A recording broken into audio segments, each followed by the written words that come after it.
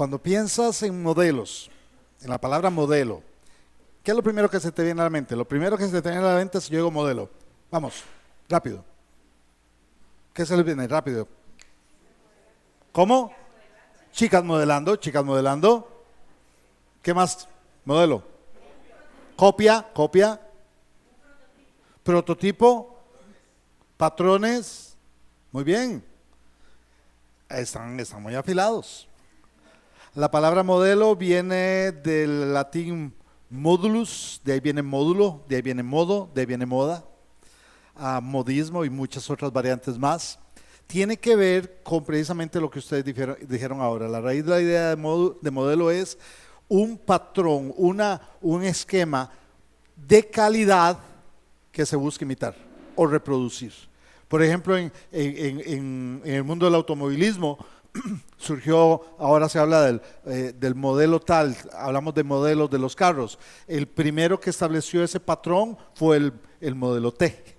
Y los que saben de carros saben que es el modelo T. Lo sacó la Ford, fue de los primeros, muy económico, y empezaron a reproducirlo.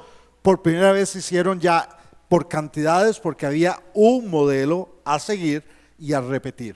Cuando nosotros hablamos de modelos, y llegamos al tema de modelos en cuanto a la palabra, en cuanto a misiones, precisamente estamos hablando de un esquema, un sistema que puede ser imitado y que ha sido imitado, con cosas buenas, pero al fin de cuentas si se imita, habrá también las cosas malas. Hoy quiero que hablemos de modelos. Entonces, entramos con el tema de modelos misioneros y lo primero es pensar, y le puse ahí de Hechos 13 a Hechos 16, por un pequeño detalle. Y ese pequeño detalle empieza con que ustedes abran su Biblia. Si no trajo su Biblia, espero que traiga su celular, pero por favor busquen en este momento estos versículos que van a aparecer ahí. Lee y compara Hechos 13, 1 y 2. Y Hechos 16, 6 al 10. Voy a darles un minuto, lean despacio, no va a haber tiempo para un OIA, les adelanto. Así que no me busquen quesadillas en el pasaje. Pero sí, compárenme, ¿qué cosas hay diferentes, qué cosas hay en común en estos dos pasajes?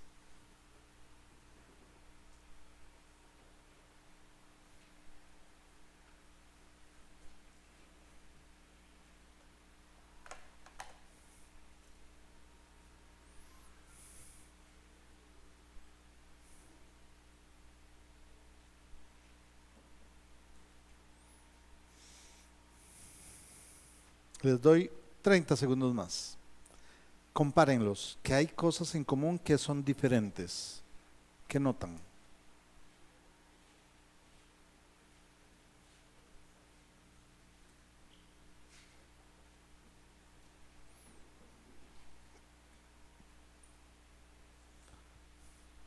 Ahora sí, ayúdenme. ¿Alguien puede decirme qué vio diferente en los dos pasajes? ¿O qué vio en común? Una de las dos cosas. Alguien que me diga qué vio diferente, qué vio en común. Antes de hablar, levante la mano porque eso va con micrófono. ¿Quién desea decirme algo diferente o algo que más bien dice, mira, no, eso lo tenéis en común? Los dos pasajes. Allá, vamos allá con Max, por favor. En el primer pasaje el Espíritu aprueba y en el segundo dice que no. ¿En el segundo qué? Dice que no. Ok, en el primero aprueba, en el segundo dice que no. Dice que no permanentemente. Déjale el micrófono un momentito, que elabore su respuesta.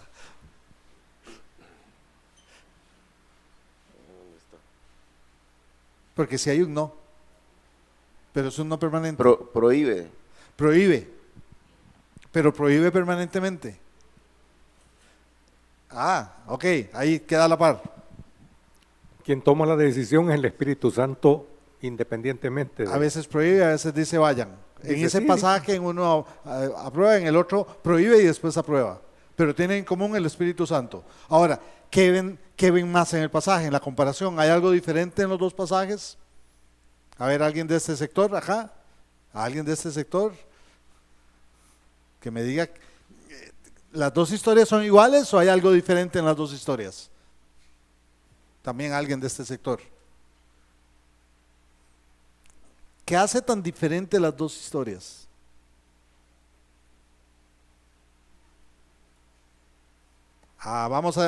Seguimos con la familia Blanco. Adelante, Camilo. En una están enfocados en una iglesia y en la otra están en marcha. En una es en la iglesia local, en la otra están en el campo misionero. Ahora no, me pregunto si les habrá llegado el WhatsApp que mandaron diciendo el Espíritu nos está diciendo esto, ¿qué hacemos? Qué interesante, en una es la iglesia local la que es dirigida por el Espíritu, pero en la otra no está la iglesia local, está el equipo misionero. Notaron un detalle, les dije que no había tiempo para el OIA, pero vamos con una de las quesadillas, un detalle en el segundo pasaje, ahí en Juan 10, en Hechos 16, noten este detalle, en el versículo 10, cuando vio la visión, enseguida procuramos partir para Macedonia. Compárenme los verbos. Cuando vio la visión, enseguida procuramos partir para Macedonia. Sí, pero compárenme los verbos. Vio. ¿Cuántos vieron la visión? Solo Pablo. Cuando Pablo vio la visión, procuramos salir, plural. Uno es en singular y el otro es en plural. Que eso me llama la atención. Un detalle de Hechos, nada tiene que ver con la charla de hoy. En Hechos, uno de los factores que uno debe tomar en cuenta cuando lee Hechos es que es escrito por Lucas. Ustedes van a notar cuando Lucas está con Pablo, cuando Lucas no está con Pablo. Hay narración de Lucas que va diciendo y Pablo salió para tal lugar, y en otros como este dice salimos para tal lugar. Lucas a veces estaba, Lucas a veces no estaba. Se salía del grupo, volvía al grupo. Siempre está jugando con ellos y nosotros. Sabemos cuando Lucas está y cuando Lucas no está. Lucas está en este momento. Pero lo interesante es que la visión la tuvo Pablo. No la tuvo el equipo. Ahí hay otra diferencia. No la tuvo el equipo, la tuvo el misionero. Ok, ¿a qué viene todo esto? Voy a hacerles una propuesta de 3 diferentes modelos o áreas de modelo y voy a pedirle a nuestro modelo Monty que por favor se ponga de pie. Vean qué modelo, hablando de modelos, vean qué modelo, hermanos. Y vamos a repartir, Monty, las hojas que tienen ahí los lapiceros. Si alguien necesita lapicero, ahí hay lapiceros. Al final, por favor, los devuelven porque robar sigue siendo pecado. Nada. Y repartimos las hojas. Si pueden hacerlo con más gente para hacerlo lo más rápido, se los agradecería. Subdividan ahí eso, ahí es. Qué lindo verlos trabajar en equipo a la pareja. Monty, ese es el problema, Monty lo está haciendo solo. O sea, hay que buscarle. No, necesita la ayuda idónea. ¿Ah? Sí. La ayuda idónea. Muy bien. Ustedes están recibiendo, por cierto, regálenme uno a mí, por favor.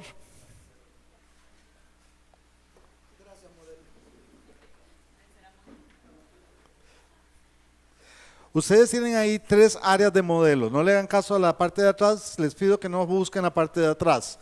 Si no, es que ya los tenté a buscarla.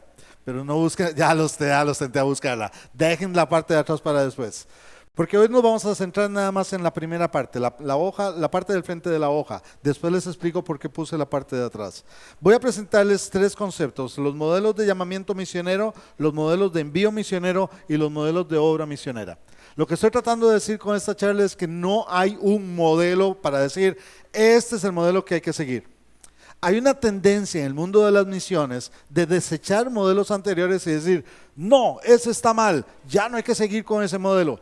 Y si Dios quiere usarlo y lo sigue usando, nosotros tenemos derecho a usar modelos diferentes, pero no somos Dios para decir, solo este modelo funciona. Tenemos que aprender. Es más, una iglesia, no voy a decir sabia, pero una iglesia práctica probablemente va a manejar varios modelos diferentes para poder cumplir, porque cada caso de envío misionero es diferente. Hablemos un poquito entonces de modelos de llamamiento misionero.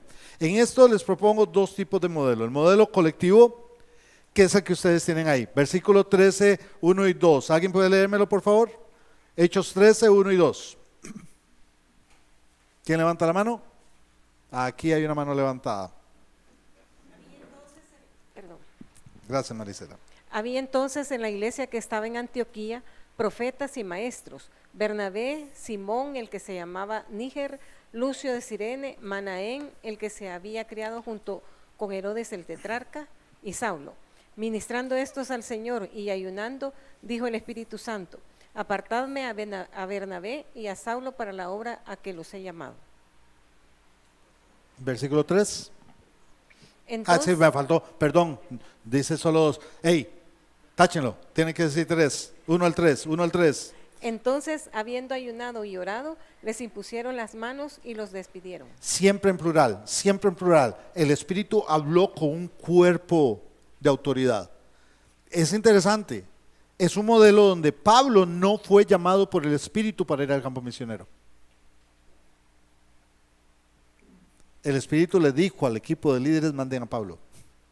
Obviamente Pablo tenía el llamado, si no, no hubiera ido. Pero Bernabé y Saulo, el Espíritu no les dice: Bernabé y Saulo, quiero que vayan. Entonces ellos llegan donde el grupo de líderes y les dicen: miren, sentimos del Señor que debemos irnos al campo misionero. No fue así este modelo. Ahora, no estoy diciendo tenemos que copiarlo, solo estoy presentando modelos. Y en este modelo bíblico es más bien, es como que de un momento el Señor empieza a trabajar en el consistorio de auditorio, y el consistorio de auditorio llega a la conclusión que Dios ha puesto en el corazón de todo el equipo que Rudy y Héctor tienen que irse de misioneros. ¡Wow! Y uno dice, pero que de ellos, y si ellos no sienten el llamado, obviamente Saulo sintió el llamado de Bernabé, puesto que eran parte del grupo. Pero es el grupo el que toma la decisión guiada por el Espíritu. Es el grupo. Es más, el mandato fue: apartadme, no dice apártense ustedes dos. Los líderes digan, el Espíritu nos dice: Rudy, ha sido una bendición tenerte en la iglesia, pero fíjate que queremos que te vayas, hay una obra que queremos abrir allá por la zona más bien sur del país, y vos sos la persona que Dios ha escogido. Y Rudy dice: sí, Dios también me lo ha confirmado a mí. Es comunitario. Qué lindo. Para mí es un ejemplo muy bonito, porque no fue un llanero solitario. Fue la iglesia, el liderazgo. ¿Cómo? Y es algo más que respalda, es que son los que guían todo el proceso, guiados por el Espíritu Santo. Pero si vamos al otro pasaje, alguien que me lea por favor, a Hechos 16. Hechos 16, 6 al 10. Alguien que me lo lea por favor. 6 al 10. Y atravesando Frigia y la provincia de Galacia, les fueron prohibido por el Espíritu Santo hablar la palabra en Asia. Y cuando llegaron a Misia, intentaron ir a Bitinia, pero el Espíritu no se lo permitió. Y pasando junto a Misia, descendieron a Troas. Y se le mostró a Pablo una visión de noche. Un varón macedonio estaba en pie, rogándole y diciendo: pasa a Macedonia y ayúdanos. Cuando vio la visión, enseguida procuramos partir para Macedonia, dando por cierto que Dios nos llamaba para que les anunciásemos el Evangelio. Qué lindo, dando por cierto que Dios nos llamaba, siempre en plural, aunque el que recibió la visión fue el líder del grupo. Ahora, el pasaje no nos dice cómo fue que el Espíritu les prohibió. No sabemos si fue que ellos iban a subirse a un barco y el barco se hundió frente a ellos y dijeron: bueno, no era del Señor. No sabemos si fue que de un momento a otro dijeron: vamos a ir a comprar, y alguien les robó la plata y no pudieron. No nos dice cómo fue que el Espíritu les prohibió ir, pero no los dejó ir. Ahora, ¿por qué Pablo quería ir valga la redundancia, aunque son palabras diferentes, hacia Asia? Pablo quiere ir porque Asia es un reto, es decir, la necesidad que había en Asia era tremenda, pero el Espíritu le dice: no, los manda para el lado contrario. ¿Cuál era el lado contrario? Lo que llamamos hoy en día Europa. Qué interesante. Si Pablo se hubiera ido hacia Asia, se estaba alejando del poder político que gobernaba el mundo. A Pablo eso no le importaba, él quería predicar el Evangelio donde fuera. Pero el Espíritu le dice: no, Pablo, te quiero hacia el otro lado. Cuando la iglesia, la primer potencia misionera del mundo fue la iglesia del Medio Oriente. Todo lo que era Jerusalén, especialmente lo que era la iglesia en Antioquía. Son los primeros enviadores de misioneros al mundo. Cuando la iglesia del Medio Oriente empieza a bajar en su visión misionera, ¿cuál toma la visión misionera? Europa. Si Pablo se hubiera ido hacia Asia, no hubiéramos tenido a todos los misioneros europeos, que en ese momento eran los que tenían la posibilidad fuerte de mandar misioneros al mundo siglos después del tiempo de Pablo. El Espíritu sí sabía lo que iba a suceder en los tiempos, y el Espíritu dijo: no, Pablo, hacia Europa, hacia Europa, hacia Europa. Y cuando Pablo llega a Europa, el Evangelio se empieza a extender por toda Europa, y es Europa la que después va a mandar misioneros a Asia. Europa va a mandar misioneros a África, y Europa va a mandar misioneros a América. Es el Espíritu guiando, pero lo interesante del pasaje es que esta fue una visión individual. Esto a mí pastoralmente siempre me ha costado, porque seamos honestos, cuando mandamos misioneros queremos mantener que no, hermano, usted ¿por qué está cambiando el ministerio al que lo mandamos? No fue a eso al que lo mandamos. Y si el Espíritu le está cambiando el énfasis al misionero, es que una cosa es estar uno desde acá dando direcciones a los que están en el campo, y otra cosa es estar en el campo. Y los que están en el campo empiezan a ver que veníamos con este plan, pero no, esto no funciona, y el Espíritu más bien nos está abriendo puertas de este lado. Ahora ahí entra en juego la comunicación. Creo que más hoy en día, en los tiempos de Pablo no había la facilidad. Hoy en día está la facilidad de mandar comunicaciones diciendo: hermanos del consistorio, yo sé que vinimos a hacer esto, pero no se nos han abierto las puertas, y sin embargo se nos están abriendo unas puertas que no pensábamos, y perfecto, yo veo esa opción. Nosotros todavía tenemos esa lucha de mandamos al misionero y queremos a control remoto dirigir lo que él hace, y no, es el que está en el campo el que está viviendo la realidad, y es ahí. Pero ahora sí, a diferencia de Pablo, que Pablo no tenía las facilidades de comunicación, hoy las hay, y ahí sí el misionero debe estar en comunicación con los enviadores si él está sintiendo que iba con un proyecto pero tiene que cambiar el plan ya estando en el campo. ¿Sucede? Sí, sucede. E históricamente muchos ejemplos de cambios a la hora de ir al campo misionero. ¿Alguna pregunta o comentario hasta aquí? Estos son modelos de envío que tomo de la Biblia, de llamamiento, perdón. No son los únicos modelos, hay más modelos históricos de llamamiento, es decir, llamamientos hay, y puedo irme al Antiguo Testamento con el llamamiento a Elías, el llamamiento de Isaías. En la Biblia hay un montón de ejemplos, en los llamamientos de los apóstoles, hay muchos ejemplos de llamamiento, pero pensando en lo que es misiones, aquí están los dos grandes modelos. El modelo donde la comunidad, Dios la guía a tomar la decisión, y ya en el campo, cómo Dios guía al misionero a qué es lo que tiene que hacer. La ideal, trabajar en equipo. Ahora hablemos entonces de modelos de envío. Cuando hablamos de modelos de envío es, ok, ya vamos a enviar un misionero al campo.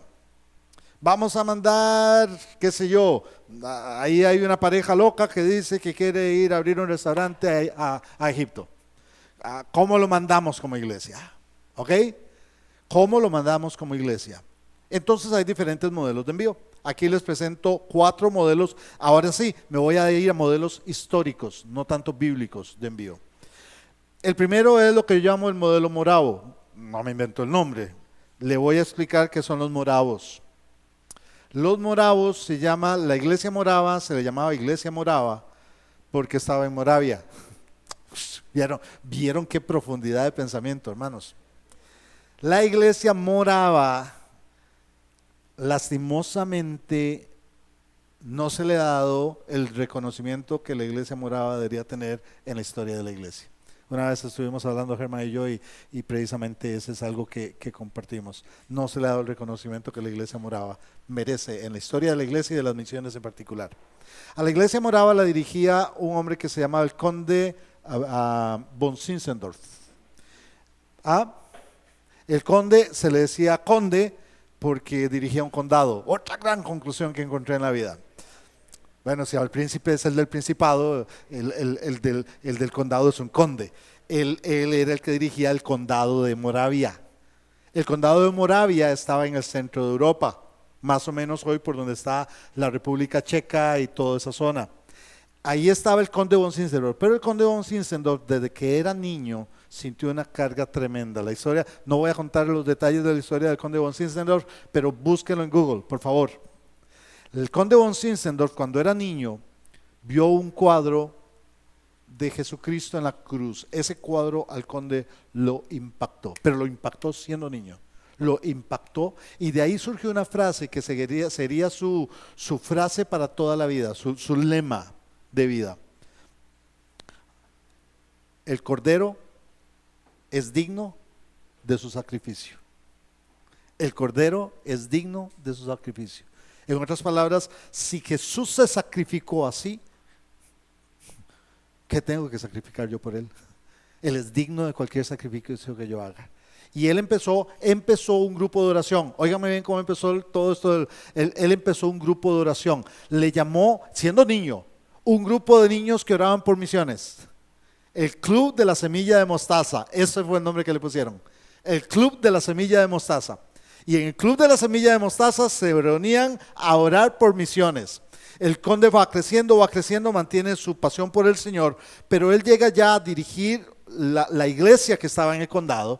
Era una iglesia cristiana y empezaron, óigame bien, esta es la historia. La historia es que ahí sucedió el culto de oración más largo en la historia de la iglesia.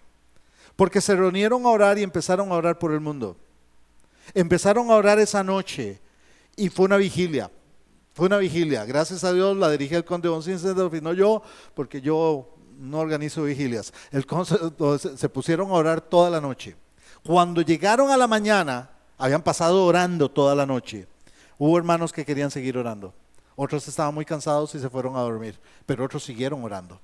Cuando estos siguieron orando ya tenían sueño, los otros ya se habían despertado y volvieron para orar. Se dice que se estuvieron tornando. Siempre hubo por lo menos un miembro de la iglesia orando ahí durante 100 años, 24 horas al día. Y hubo un avivamiento en la iglesia. Porque entonces ya no era solo oración, tenemos que hacer algo. El Espíritu despertó una pasión de cómo podemos alcanzar el mundo porque el Cordero es digno de su sacrificio. Tenemos que alcanzar el Evangelio. Pero aquí viene el modelo moravo. Vamos, con variantes y todo, ahora se usa ese término en business as mission. ¿Qué fue lo que hicieron los moravos? El conde von Zinzendorf llegaba a alguien y le decía, hermano, tengo una carga por llevar el Evangelio a Argentina, no sé por qué a Argentina. ¿Usted habla español? No tengo la menor idea. Ok, ¿usted qué es? Panadero. Bien, te vas a ir a Argentina, vas a abrir panadería, vas a vivir de tu trabajo y vas a plantar iglesias allá en Argentina. No esperes ofrendas, no esperes visitas pastorales, pero cuenta con que aquí vamos a estar orando por ti todos los días. Esa fue la visión del conde von Zinzendorf. Oigan, hermanos, empezaron a salir misioneros para Argentina, para Groenlandia. ¿Saben quiénes son los primeros que vinieron a Centroamérica con el Evangelio? No fueron los de la misión centroamericana en Costa Rica. No fueron los presbiterianos que llegaron antes que Costa Rica. Ellos llegaron a Guatemala primero que ningún otro grupo. No, fueron los moravos. Todavía existe iglesia morava en Centroamérica. Todavía existe. Por lo menos yo conozco una en Costa Rica. Y en la Mixquitia de Nicaragua, la zona atlántica de Nicaragua, ahí todavía está la iglesia morava. Y la iglesia morava llegó a todo el mundo. No hubo un solo misionero pagado. No hubo ofrendas misioneras. El conde von Zinzendorf no llegó a salir de Moravia. Pero no hubo un solo día en que no estuvieran orando por sus misioneros. Impactaron el mundo. Este modelo yo lo pongo en términos de ve y que Dios te acompañe, mi hermano, porque nosotros no vamos a poder acompañarte, pero vamos a estar orando para que Dios esté contigo todos los días. Y empezaron a mandar misioneros. Creo que este modelo se ha retomado en nuestros tiempos y creo que es un modelo muy válido. Solo quiero hacer una reflexión con relación a esto. La iba a hacer el domingo, pero ya había hablado demasiado. Vean, hermanos, cuando yo pienso en modelos misioneros y pienso por ejemplo, vamos, es el modelo de Néstor y Paulina, ¿cierto? Es ve y, ¿qué? ¿Eres chef? ¿Quieres abrir un restaurante? No hablemos de ofrendantes, hablemos de inversores. Vete, ok, abre un restaurante y que a través del restaurante se conviertan los empleados, empiezan por ellos. Perfecto. Suena muy bonito, ¿cierto? Pero no se supone que es lo mismo que un empresario cristiano salvadoreño debe estar haciendo con su empresa en El Salvador. ¿Qué es que hay que ir a otro país para abrir una empresa, para ser misionero y compartir el evangelio con los empleados? No se supone que alguien que es un cristiano y tiene su empresa, su primer meta es que sus empleados lleguen a Jesucristo. ¿No debería ser esa la mentalidad? Y no hablemos entonces de los empresarios, porque dirás, yo no tengo ninguna empresa, pero trabajas en un lugar y tienes compañeros de trabajo, no debería ser ese el reto. Y así podemos seguir pensando. Cuando nosotros pensamos y aplicamos este modelo y solo lo pensamos como los que van allá, no, y los que estamos acá, no tenemos que seguir haciendo lo mismo. No es solo ir a hacerlo allá, es hacerlo aquí. Este modelo es lindísimo, pero es retador, porque es un modelo que ellos pagaron el precio. Ellos pagaron el precio, porque es un precio muy caro. Les aseguro que si el Conde von Zinzendorf estuviera hoy, habría toda una queja a nivel internacional del modelo del Conde von Zinzendorf porque no están visitando a los misioneros, porque no están levantando ofrendas para ellos. Pero hermano, no había día en que en esa iglesia no estuvieran orando por sus misioneros. El segundo modelo es el modelo, yo lo llamo el modelo católico. Uso el término católico. Si usted piensa que me estoy refiriendo a la iglesia católica, sí, tiene toda la razón, a eso me estoy refiriendo. ¿Por qué el modelo católico? Lo llamo el modelo católico porque es vete y la estructura eclesiástica te acompañe. La estructura eclesiástica. ¿Por qué? Porque el modelo católico, cuando un sacerdote siente un llamado apostólico, sería el término que usarían ellos, y decide, por ejemplo, está en español y decide, quiero ir a Perú. Bueno, él sale de la Iglesia Católica de España y se va a trabajar bajo la estructura de la Iglesia Católica en Perú. Nunca se va a salir de la estructura. Ahora, es una iglesia tan grande y tan organizada que hay estructura en todo el mundo. Y si no hay en un país, en el país cercano, siempre estará bajo esa estructura. Entonces, la estructura misionera es que el misionero va, pero siempre se mantiene bajo la estructura de la organización, no importa dónde vaya. Y a través de esa estructura van a controlar y dirigir todo lo que el misionero haga. No hay opciones muchas. La estructura le indica lo que tiene que hacer en cada país. No crean, este modelo no lo llamo el modelo católico, pero vamos, es un modelo muy usado por organizaciones evangélicas.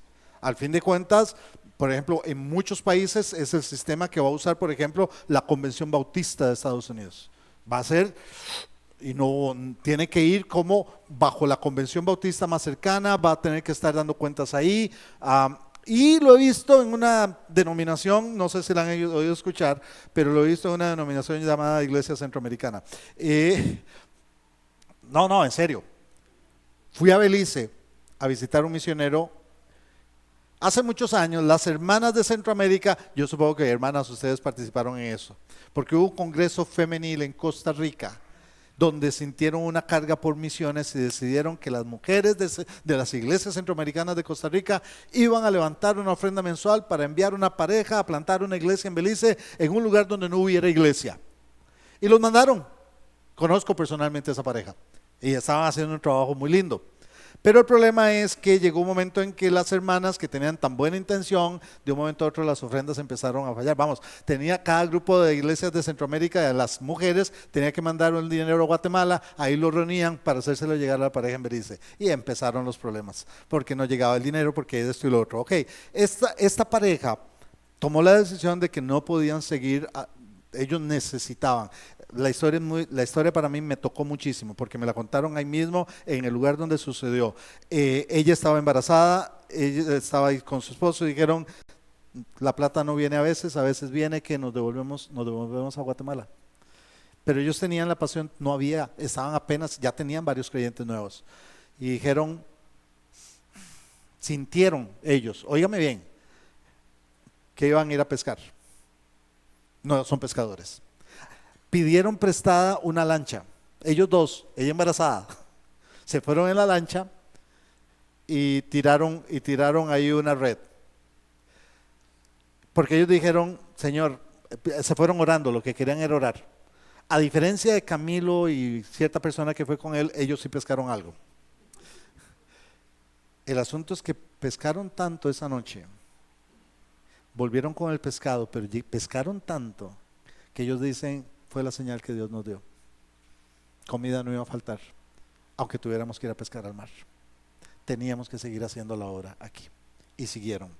En una de tantos, no les llegaba el dinero, les avisan, hay un dinerito, y entonces tenían que ir a la frontera con Guatemala, cruzar al lado guatemalteco, recoger el dinero en un cajero automático que había ahí cerca de la frontera.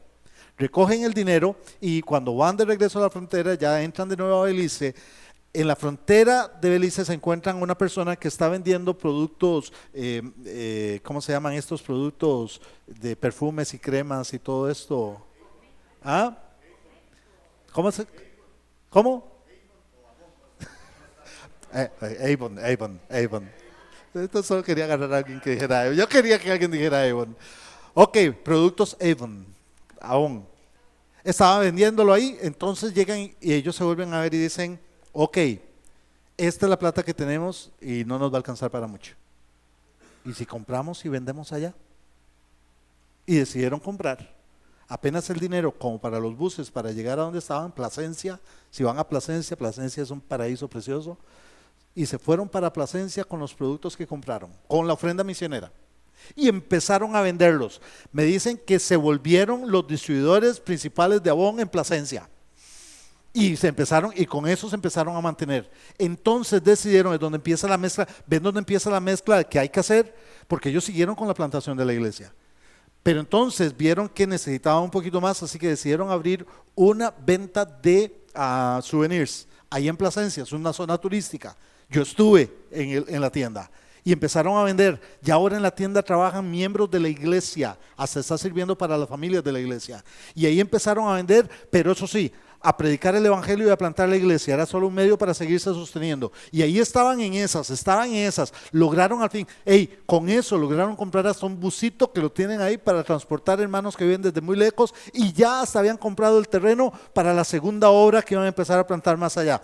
Y en eso llegaron los directivos de las iglesias centroamericanas de un país más al norte que El Salvador. Y les dijeron, ¿por qué están haciendo eso? Ustedes lo que están es en comercio, no en evangelismo. En evangelismo ya tienen una iglesia. Y no solo eso, ustedes tienen que estar bajo dirección de la Asociación de Iglesias Centroamericanas de Guatemala, lo voy a decir abiertamente, de Guatemala. En Belice. Tenía que decir Iglesia Evangélica Centroamericana de Guatemala en Belice. Y les dicen, no, es que ya tenemos hasta una personería jurídica como Iglesia Centroamericana en Belice. ¿Saben lo que hicieron los hermanos? Mandaron otro misionero a otro lugar de Belice porque la iglesia tenía que ser guatemalteca. Y yo digo, luchamos tanto por las estructuras, hermanos, que nos olvidamos cuál es la prioridad, que el evangelio llegue a toda criatura. Este modelo de tanto control estructural, no los evangélicos, lo llamo modelo católico, pero los evangélicos lo hemos estado usando, donde nos preocupa más que se mantenga la estructura, vaya a plantar una iglesia centroamericana, si no, no vuelva, para un momento. Y que conste, soy centroamericano de los cuadrados, pero no fue lo que Dios me mandó a hacer, la estructura. El tercer modelo es lo que yo llamo el modelo norteamericano. Vete y que la agencia misionera te acompañe. ¿En qué consistía el modelo norteamericano? Bueno, el modelo norteamericano yo le llamo modelo norteamericano porque lo usaban en Norteamérica. Resulta ser que las iglesias estadounidenses y las canadienses también hicieron eso. El sistema de ellos, y esto es lo importante, hermanos, y les funcionó. Es donde yo digo, no es que un modelo sea malo, les funcionó. Hasta ahorita que ya entró en crisis. ¿En qué consistía el modelo? Aquí hay un hermano que quiere ser misionero. Hermano, sí, te vamos a respaldar, vamos a recoger una ofrenda, vamos a orar por ti. Y llegaban y buscaban una agencia misionera y lo ponían con la agencia misionera. A partir de ahí la agencia misionera se encargaba del misionero. La iglesia se comprometía, aquí mandamos la ofrenda mensual y oramos por el misionero. Pero todo lo que era el cuidado pastoral, todo lo que era el seguimiento del trabajo, todo lo que era la atención cuando el misionero volvía, todo eso le tocaba a la agencia misionera. La agencia misionera se encargaba de todos los detalles del misionero. Ahora, ¿qué es el asunto? Que hermanos, es el modelo que nosotros copiamos en América Latina a partir de los años 80. Cuando el movimiento misionero empieza en Centroamérica y en América Latina en general, donde El Salvador tuvo un papel preponderante en cuanto al despertar misionero en América Latina, porque aquí había un loco visionario llamado Luis Bush, que después se metió a montar lo de Comiván y demás. ¿Y qué fue lo que se hizo en América Latina? Copiar el modelo norteamericano. empiezan a surgir las agencias misioneras. Yo mismo fui presidente de una agencia misionera, así que hablo con propiedad. Yo cometí estos errores, a mucha honra lo digo. ¿Qué era lo que hacíamos? Usted tiene un misionero. Nosotros como agencia nos encargamos de él. Ay, gracias, hermano. Tome, se lo entregamos. Y la iglesia local, ofrenda y oración, pero nosotros no vamos a ver cómo está el misionero, no vamos a darle cobertura. Para eso está la agencia misionera. La agencia misionera se encarga de las alianzas estratégicas, generalmente era a través de una agencia misionera. ¿Cuál es el problema? Que en América Latina copiamos el modelo, pero uno de los problemas que tenemos es este. A ver si estoy equivocado, hermanos. A los norteamericanos les funcionaba porque dentro de su estructura cultural, miren, yo tuve ofrendantes, yo fui misionero bajo ese sistema. Cuando hubo un hermano norteamericano llegaba y me decía, hermano, nos gusta lo que usted está haciendo, cuente con $20 mensuales. ¿Me los mandaba a mí? No. ¿Se los mandaba a una iglesia? No, los manda a la agencia misionera. Mandaba los $20 a la agencia misionera. Y hermano, hasta que ese hermano se muriera, esos $20 llegaban mensualmente a la agencia misionera. Y si ese hermano veía que ya no podía seguir colaborando, un año antes me avisaba, hermano, ya no cuente con los $20 a partir de aquí a un año. ¿Por qué? Porque en su mentalidad, ¿qué es el problema de América Latina? Boom de las misiones, agencias misioneras, ofrendas, promesa de fe, todos vamos a ofrendar. Y un mes después, hermanos, la ofrenda de fe es que no, recuerde que la ofrenda de fe hay que darla, recuerde que, y empiezan las crisis y la agencia entonces dice, no tenemos el dinero, ahí ve que ve a ver qué hace el misionero. Y las agencias dicen, y las iglesias dicen, no, la agencia tiene que encargarse. Y ahí está el misionero sin que le lleguen las ofrendas, porque ni la agencia ni la iglesia se hacen responsables de él. A los norteamericanos el sistema les funcionó. Nosotros lo imitamos. Y funcionó a medias. No es que funcionó mal del todo, pero funcionó a medias este modelo. Ahora, ¿cuál es el último modelo? Lo que yo le pongo, por ponerle un nombre, el modelo eclesial, o sea, con la iglesia. Voy a decir algo que es opinión personal mía, que es mi convicción, la he tenido toda la vida. Yo creo en la iglesia local. Yo creo en la iglesia local. Más que en denominaciones, más que en agencias, yo creo en la iglesia local. Yo creo que una organización paraeclesiástica, escuelas cristianas, ministerios como Cruzada Estudiantil, cualquier organización paraeclesiástica debe estar al servicio de la iglesia local, no al revés. Y cualquier organización supraeclesiástica, como las denominaciones, deben estar al servicio de la iglesia local, no al revés. Pero nosotros le hemos dado vuelta. Y de un momento a otro, la supraeclesiástica controla a la iglesia local. Está para que la iglesia local le sirva a la denominación. Para un momento. Me voy a la Biblia y no encuentro ni organizaciones paraeclesiásticas ni supraeclesiásticas. Veo la iglesia de Jesucristo transformada en iglesias locales. Digo que son antibíblicas la paraeclesiástica y la supraeclesiástica. No estoy diciendo que son antibíblicas. Son válidas, son necesarias, siempre y cuando no pierdan de vista que están al servicio de la iglesia local. Porque voy a la Biblia y lo que veo como estrategia que Dios usó fue iglesias locales con autoridades puestas por Dios dirigiendo la iglesia local. Ahora, dentro de este sistema es vete y tu iglesia te acompañará. Son iglesias que dicen, ok, te vas a ir. Vamos a usar una agencia misionera porque eso nos facilita, es muy lógico. Las agencias misioneras facilitan mucho el proceso, por eso digo que no es que sean inválidas. Pero nosotros no te vamos a seguir haciendo, es nuestra iglesia en ese lugar. Vamos a seguir orando por ti, apoyándote económicamente, pero te vamos a estar llamando, vamos a estar siempre viendo a ver si tienes un problema, somos los primeros que vamos a responder, no la agencia. Aquí estamos, necesitas consejería, aquí estamos. Vamos a hacer el esfuerzo para que una vez al año algunos de la iglesia te vayan a visitar al campo. Vamos a estar velando por ti, porque eres nuestra iglesia en ese lugar. Eso me cambia completamente el panorama de misiones. ¿Preguntas hasta aquí, hermanos? Espérate que llegue el micrófono. Ya cuando oigo el movimiento ahí me acuerdo. Cuando hay un modelo eclesiástico, podría haber la tentación de repetir la iglesia de El Salvador en una montaña de cualquier lugar. Sí, y ha sucedido. Sí existe ese peligro. Y no funciona, ¿verdad? No funciona si se va en esa línea. Y la otra es, por ejemplo, el modelo también norteamericano. Recuerdo de un pastor a quien conozco y fue un mentor mío, que le suspendieron toda la ayuda porque tenía el pelo un poquito largo y el cuello de la solapa era muy grande en los años 70. Entonces parecía que era rock and rollero. Ponen normas exageradas. Prometo predicar formal el próximo domingo. Sí, sucede. De nuevo, el problema es este. Vamos, seamos honestos. ¿La iglesia local es perfecta, sí o no? No, no es perfecta, por una sencilla razón. Es una reunión de personas imperfectas. Por lo tanto, vamos a fallar. Sí, se puede fallar. Pero dentro de los modelos, a mí me encanta el modelo donde la iglesia no pierde. De nuevo, es muy difícil no hacerlo a través de una agencia misionera, yo lo reconozco. Vamos. Cuando dirigí la agencia misionera FAM Internacional, una de las cosas es, teníamos para mandar, buscábamos personas que fueran a Mindanao, isla de Filipinas.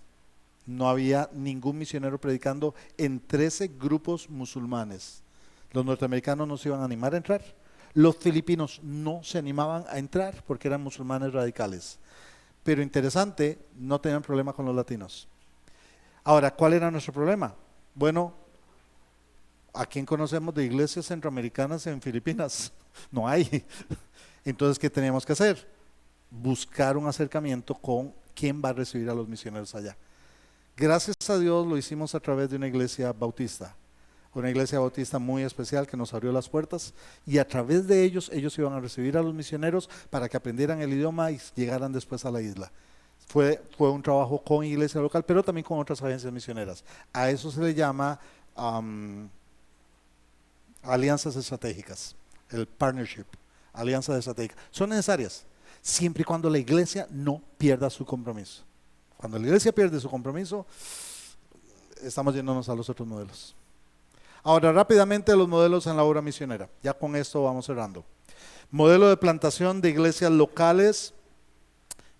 Vamos a ver. Ese era el A. Ahí hay un error de producción. La culpa es mía, no de la editora. El modelo es A. Ese era el A. El A es B, el B es C y el C es D. ¿Ok? Ahí me perdonan. El primer modelo es el modelo de plantación de iglesias locales.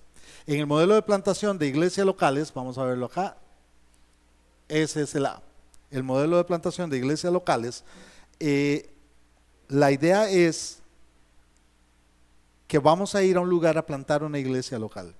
Ahora, aquí es donde tenemos que diferir, defínanme iglesia local. Nosotros siempre decimos iglesia local, un local que dice rótulo iglesia y que se reúne un grupo de hermanos. ¿Eso es iglesia local? No, la iglesia local son los creyentes. Si tienen local o no tienen local, eso es no viene al caso. Vamos a pedirle a Néstor que plantara una iglesia local en Egipto. Esa no era la meta, ni siquiera va a poder ponerle iglesia evangélica. Pero hay muchos lugares, por ejemplo en Turquía sí lograron poner lugares que dice iglesia cristiana. Pagaron el precio. Carlos Madrigal, español, con 80 años de estar allá en Turquía, terminó en la cárcel un montón de veces, pero al fin el gobierno turco les dio la autorización para poder ponerle un rótulo reconociendo que hay cristianos reuniéndose. Pero no es el rótulo ni el lugar, es las personas. En este modelo, nuevamente, yo creo en la iglesia local, pero en un sentido no formal, sino de las personas que las estamos reuniendo, dándoles formación discipular y que lleguen a un punto donde yo como misionero me retire porque ellos ya entendieron, ya tienen un grupo de líderes que dirigen la iglesia, ya están en capacidad de reproducirse. ¿Cuál es la meta? Iglesias autosostenibles, autorreproducibles y autogobernables. Son los tres famosos autos que buscamos en una iglesia. Una iglesia autosostenible, autorreproducible y autogobernable. ¿A qué nos referimos con eso? Que la meta es que yo pueda llegar a un lugar, haya local o no haya local, nos declaremos cristianos abiertamente o nos reunamos a escondidas. Tiene que llegar un punto donde yo como misionero, después de varios años, diga, hermanos, ya ustedes están en capacidad, yo me voy. Ustedes tienen que seguir el proyecto.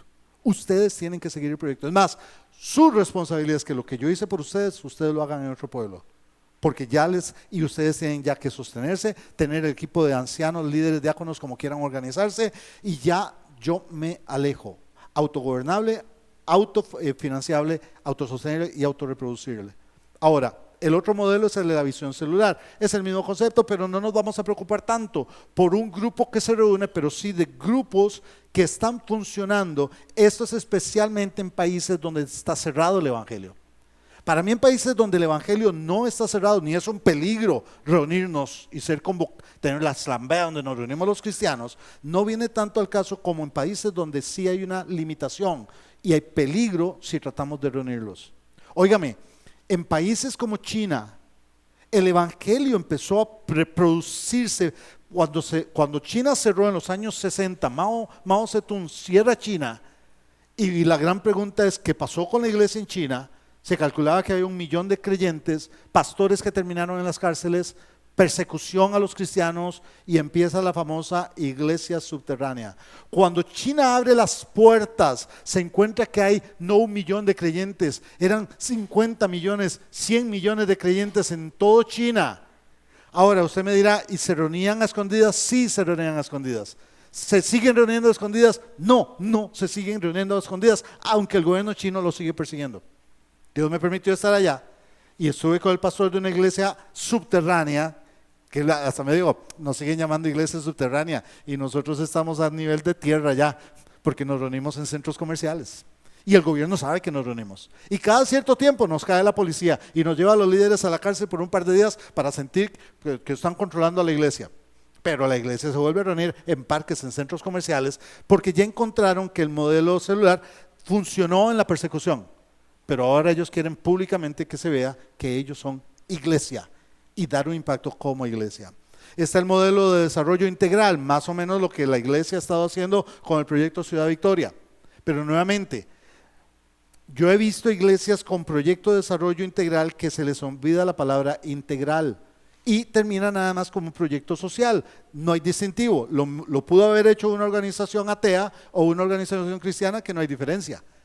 Lo que hace la diferencia es el evangelio y el dejar en claro que sí, somos cristianos, lo hacemos por amor a Jesucristo y queremos que conozcas a Jesucristo. No te vamos a condicionar la ayuda, porque cuando condicionamos la ayuda, lo que empezamos a hacer es lo que se le llamó en China hace 150 años, los cristianos de arroz. Los cristianos que llegaban a la iglesia porque les daban paquetes de arroz. Y entonces los misioneros sacaban reportes, se llena la iglesia por hermanos que llegaban por el paquete de arroz.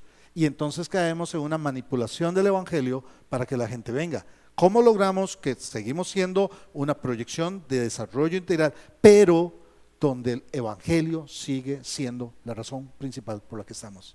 Porque ¿de qué me sirve a mí que alguien mejore su calidad de vida, se muere y vaya al infierno?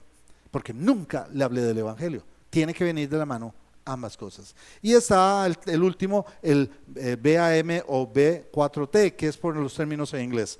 Es el Business as Mission, los negocios como misión, y el B4T, que es los negocios para transformación. Estos dos son los modelos que se están, por ejemplo, es el modelo que usó esta iglesia para enviar la pareja a Egipto. Es el modelo donde le decimos a alguien, te vas a ir a trabajar a otro lado, vamos, vas allá como misionero, vas a hacer un trabajo, vas a vivir de eso, pero recuerda, tu prioridad no es vivir de eso, es compartir el evangelio. ¿Preguntas hasta aquí?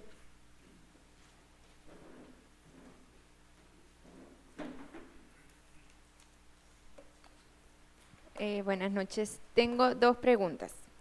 ¿El llamado misionero es el mismo que el llamado pastoral? Uy, qué bien.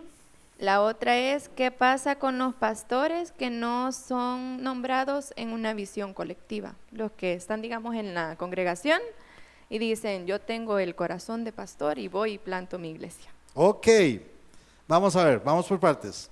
La Biblia dice que Dios estableció diferentes ministerios en la iglesia. Efesios capítulo 4, están los pastores, los maestros, evangelistas.